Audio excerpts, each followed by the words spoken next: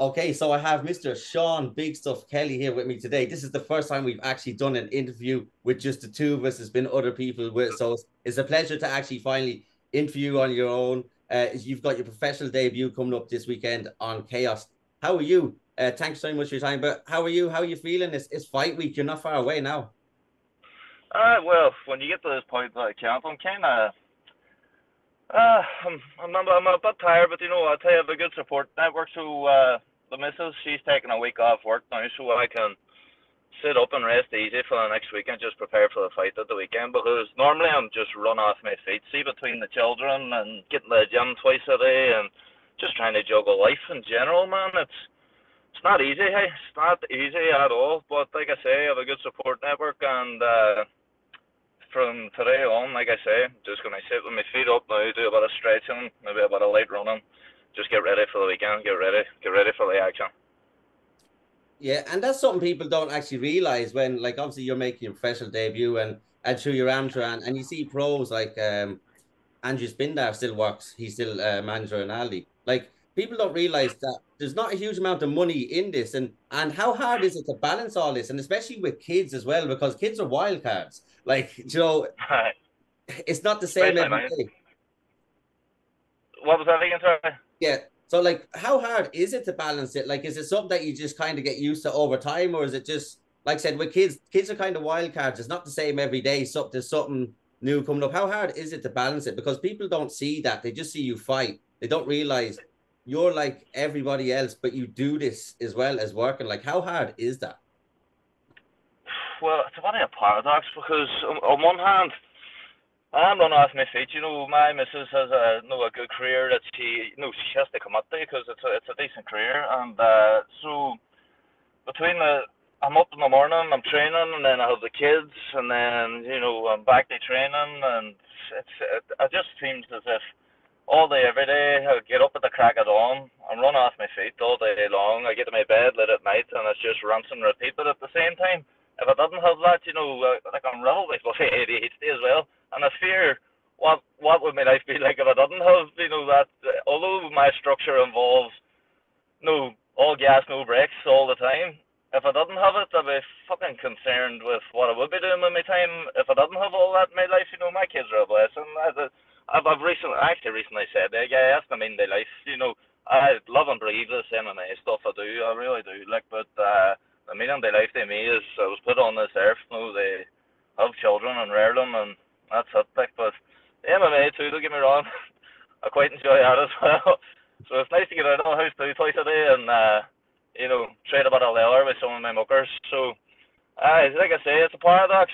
I know you're run off your feet and exhausted 24/7, but at the same time, if I didn't have it or the kids and the MMA, I would have nothing. So it is what it is, man. It's a hard question to answer, to be honest. Yeah, no, 100%. It is like that. I think a busy mind is a good mind because the devil makes work for idle hands. You know, the sort of way. If you're busy, there's probably I, trouble I, on the horizon. and here, the MMA being a prime example, like, so I only started doing this, man, when I was 25, and it's, like you say, the devil makes work for idle hands.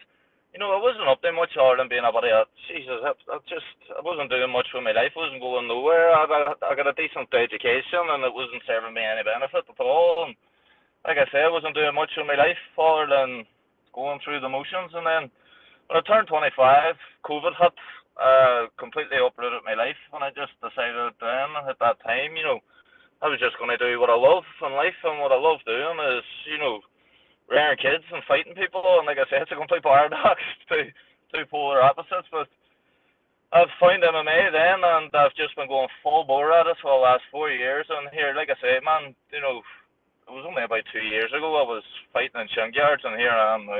I'm going to go pro this weekend, and I'm going to tear through this pro scene regionally. I'm going to go across the water. I'm going to do what I can do overseas, and that's the plan, man. That's the goal. Yeah, and when you first started MMA, did you envision that you would be making your pro debut? Like, was that always in the distance? Like, when you first started, did you think you were going to compete? Did you think you were going to go pro, or was that just steps that came along naturally along the process? So when it started, I got on it, and I really liked this. It was on my nature. Just I really really enjoyed it, and I got on this. I'd done 50 jiu-jitsu matches as a white belt. I think I won 45 of them, and I thought, you know what, I'm good at this. So I set myself the goal of just go and prove. That was my goal, because I recognised at the time, I was like, I'm 25 years old. Most people that make a career out of this, you know, they've been doing it since they were nappies.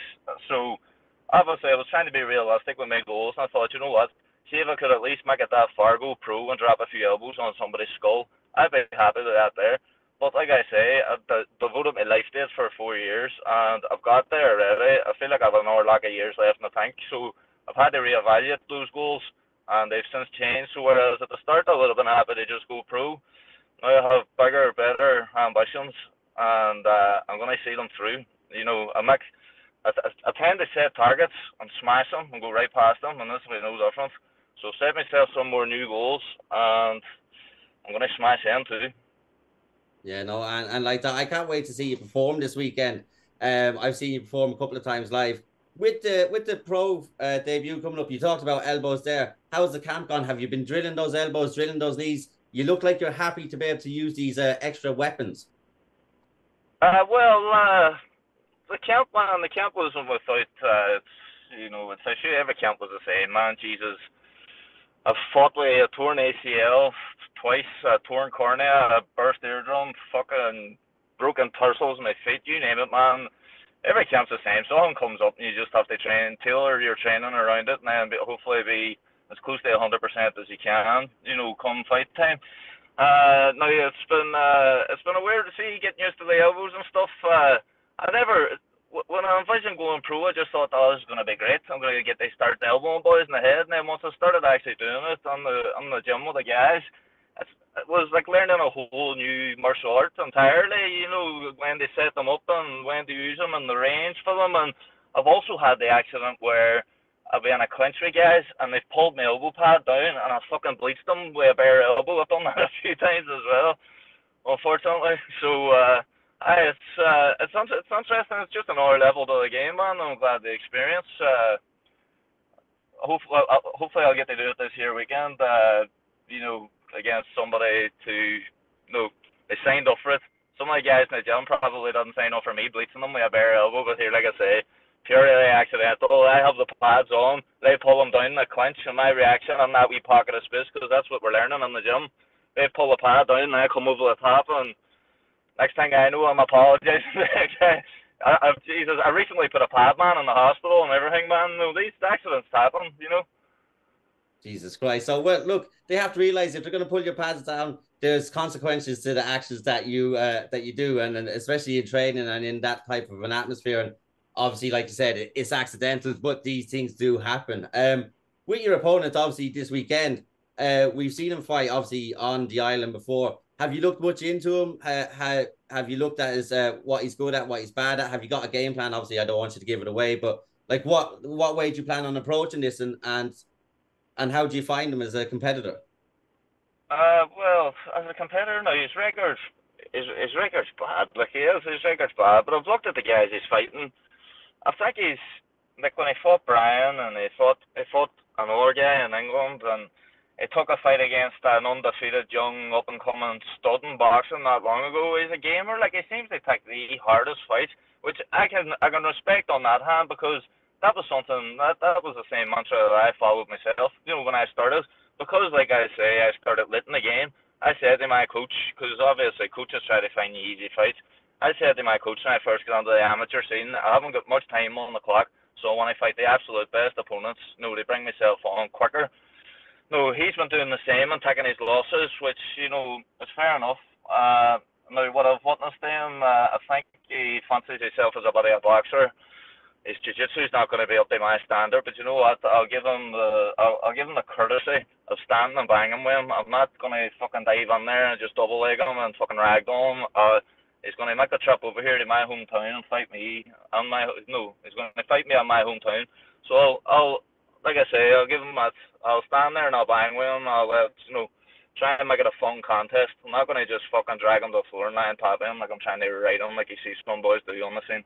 I'll try and put on a show for the boys, for the fans, and obviously, Jordan's a sort of boy. It strikes me he just wants to go in there and be violent. Well, I'll give him violence. If that's what he wants, that's what I'll get. Yeah, no, I think he is complete a gamer, and like that, he will just fight anyone. Like you said, you fought the best at amateur, like Jess, Peter Halpenny, Dino Driscoll, Brian. Do you find when instead of fighting like that, like I don't want to say easier fights, but less skilled fighters, you learned more from fighting these people, even though you may have lost some of the contests? Yeah, 100% here. My amateur record was shoddy too, and it's like I threw my hands up. I couldn't give a fuck, man. I really don't. See, it's right. See now going forward at pro, it matters. It matters now. See at amateur, I was seeking out the best, and Jason, my coach, as my witness, you ask him, I had his fucking poor head done on. He was picking out these fights of this guy free, of that guy free. I've actually turned down fights against opponents because I thought, nah, it's too less than of opponent. Give me someone else. I want the best. I want who's sitting ranked at the top. That's who I want to fight. Who's the champions? That's one they fight. And I was inviting them to my hometown. They fight me on our show. I wanted the very best. I don't want any fucking no cans, no easy matches. And I thought that was the best way to bring myself on. Like I say, I was limited in time and my age. So I wanted to fight the best, and thankfully, I did, like you say, a Blaine, a Brian, a Paul, a fucking even Dean man, a bit Dean, and fucking he was one sharp boxer. So like I say, that's what I went out to search for. Even when I got matched with Dean man, I sent Jerry. This is how fucking soft the amateur scene is. I sent Jerry, the promoter of Virtus, over 10 people, over 10 names. Every one of them with positive records. Every single one of them have been training longer than I have been training. And the only person that came back to me was Dean, and that was after I don't even know if he received it. It came out of nowhere. I sent him all these names. I got zero responses. Sorry, I got zero yeses. I got a few shitty excuses, and then eventually Dean popped up and said he would take it. And I thought, fucking, you know what? Happy days. And even when I was getting ready for that there fight, I tore my fucking cornea and burst my eardrum a few weeks out from the fight, and I actually pulled from the fight. And then I asked Jerry a week before the show. I said, "Have you got this Dean match yet?" And he goes, "No, nobody seems to want it. There was one offer there, but they don't want the match." And I said, "You know what? I'll go on and I'll fucking fight him, half deaf, half fucking blind. I'll do it if nobody else will do it." That there's my mentality. Always has been. It's just the type of fighter I am. Obviously coaches, and my own included, will advise against that sort of stuff. But you know what? I am what I am. I'm not going to change ever. I might be digressing too. I can't even remember what the question is. I'm not the ADHD again as well, so fuck it. No, I like the way you went in the direction that you went with the question. I can't even remember what it is now myself, but I like the direction you went with it. But yeah, it's just that like you're just a fighting person. You fight anyone, like you wanted to fight the best, and you fight anyone. And just talk to me about Chaos. Obviously, you're gonna be main eventing it. You've been there plenty of times before. Obviously, it's your hometown. How does it feel to be making your pro debut there? Was that always the plan? Was to make it there in your hometown, the Millennium Forum? What a place to have it in. Like, how are you feeling about the whole event in itself? I'm buzzing for the event. You might have seen, like, it's a sell-out show. I get my ticket allocation. They always give me about 40, 50. I think you give me 50 tickets. And, like, I've sold them, and then I've had another fucking 20 or 30 people saying, can you get me a ticket? Can you get me a ticket? I'm like, show sold out. So I'm going to get the headline on my hometown and a sold-out show, 1,000 people there. So in that regard, fucking, I'm buzzing for that there. Now, however, like I said, man, I'm a gamer. Anyone, anytime, any place. That actually wasn't my initial. Like, there wasn't this grand plan for me to headline my own show going pro. When Brian fought Jordy Heath, I don't know if this is public knowledge or not, but I'll fucking say it here now. I had actually volunteered myself on a week's notice to go down and fight Brian, make my pro debut on a week's notice and go down and fight Brian because they weren't too sure if Jordy was going to show up for that fight. But, Jordy is a gamer. He showed up and fought, and I missed out on that payday, unfortunately. And I wouldn't have minded getting a Brian again. I'm sure you might have seen some stuff on socials in the last few days between me and him, and we'll not get on there too much, but trust me, that day is coming. I won't get into it too much because obviously I've seen what's gone on, but at the end of the day, this is your week, this is your professional debut. We can talk about that after the fight, after you get done what you need to do. But we're not looking past Jordan, right? And I don't look. But what's the plan for? You like the way I skipped over that, didn't you?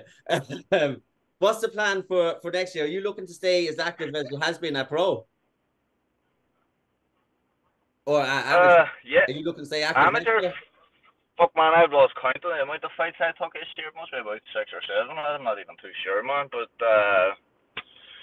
so the plan anyway, the start of the year, I've set my goals anyway. I would like to run it back with Ben Johnson. Me, you, and Ben Johnson have actually done that too. I have a lot of time for Ben, man. He's another complete gamer. We have very similar fighting styles. And I spoke to him about potentially him making his debut against myself. Now, obviously, since what transpired in the past, I would like the advice I should give him. I was like, man, get another fight, K1, MMA, whatever it is. Get the ring rust off, see how you're feeling, and then potentially me and him could do it on his show up on Akuma. Akuma's a good show, run by Stevie. Stevie's fucking A1, and their gym too. Or some gyms are fucking bluffers, man, but Stevie and his crew, man, they seem legit. Like so. The plan is maybe if somebody in the amateur scene has the fucking balls, they pipe up and fight Ben so he can shake off some of the ring rust, and then maybe I'll get a wee debut against him. If I can get somebody else in after that or in mid-year, happy days, I'll do it. But at the end of the year, there's a fucking mouthy fucking bald jester bastard in the south, deep in the south. He's my ultimate goal for the end of next year. If he'll take it, the fucking fruit. That's actually they're two good fights. Obviously, you were supposed to fight Ben. Hey, and that's the only fights. That's the fights I want, man. That's what I'm after. Like I said, man, I'm not looking to fucking pad a record. I'm looking to get on there and just fucking wreak havoc with like-minded people. The unfortunate thing is, there's not a lot of them about, but I'll keep searching. Yeah, hopefully, like that. The Ben Johnson fight was one I was looking forward to. He is actually fighting on your fight championship in December, so he is going to shake the ring rust stuff. So we'll see if that transpires next year. The Brian Manning one, I say when this comes out, I say he's going to have a few things to say about the interview anyway. He always has fucking something they say, the cunt. He always has something they fucking say. But I just want to concentrate on your pro debut. Going into it, what's the buzz been like in the gym with you making your pro debut? Like, what's the buzz like leading up, especially because Chaos is a home show for everyone? What's the buzz like at the minute? Oh, the buzz is good, man. The buzz is good. And you know what? We have, see at the minute in the gym, Jesus, man, we must have about 20 young, young kids and teens and guys all starting to cut their teeth in the AMI scene or go novice or IMAF route or whatever it is. So, in the gym, you have me now, I'm our one pro fighter, and then we have a ton of kids. Now, don't get me wrong, I don't like to, I always say I'm a soldier, I'm not a good leader. I don't try to be a role model to anyone. Now, if they're going to do anything, don't do as I fucking, what's the old saying? Do as I say, not as I do. Not as I do, that sort of way, but, I just, like I say, the fight's good in that there way. They see me now, I'm going pro. They see the graft that I've put on, the hard work I've put on. I'm trying to push all these kids along too, because you could have 100 people come on your door and they're all hungry and young and eager at the start, and you'd be lucky if you can keep 10 of them by the time you're hitting the amateur scene, or even less than that again, going pro. So I'm hoping that maybe they can just follow my path. Well, maybe pick a few easier fights, but do as I've done, stay dedicated to the cause. See, when I hear people with the excuse being like, oh, I have a job and I have this and I have that, I just be like, listen, lads, I have 2 kids at home. I'm running off my feet every fucking day. I'm going from one job to another job. Don't be giving me them excuses. Just get out your ass in the gym, eat right, train well, and hopefully so you'll make something of yourself someday. I'd like to be a part of that too. See all these young studs we have at the moment. That's another ambition of mine. I would like to be there and watch them, come through the ranks, do well, and like I said, I just want to be a part of all that. But the balls with all the guys are good, man, 'cause like I say, they're all young teens just cutting their teeth, and they see me going pro, and they're all buzzing off for tips, and like I got a heap of jerseys made there, for the fight, so you're probably going to see a pink at the Millennium Forum. It's going to be all those boys showing a bit of support, so shout out to all the youngins on Evolve, and it's a good bunch of kids, and I look forward to seeing them do well in the future. Yeah, so like from what you're saying, you sound ready, you look ready, and it's going to go down this weekend at Chaos. I'm gonna let you go. I want to thank you so much for your time because I do understand it's a busy week for you. It's a big week for you as well. Is there anything you want to say before you go? And like again, I appreciate your time so much. Just the usual, man. I want to say thank you and shout out to my wonderful missus, Rebecca, for all the support she gives me to do this with the kids obviously involved.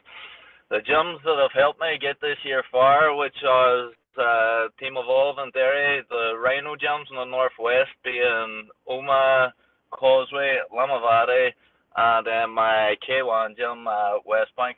So thanks to all elements for preparing me and getting me ready for all the advice and all the coaching. And on which very last one, I shouldn't forget, especially my coach, Jason McCabe, who tolerates my personality more than more than I probably should.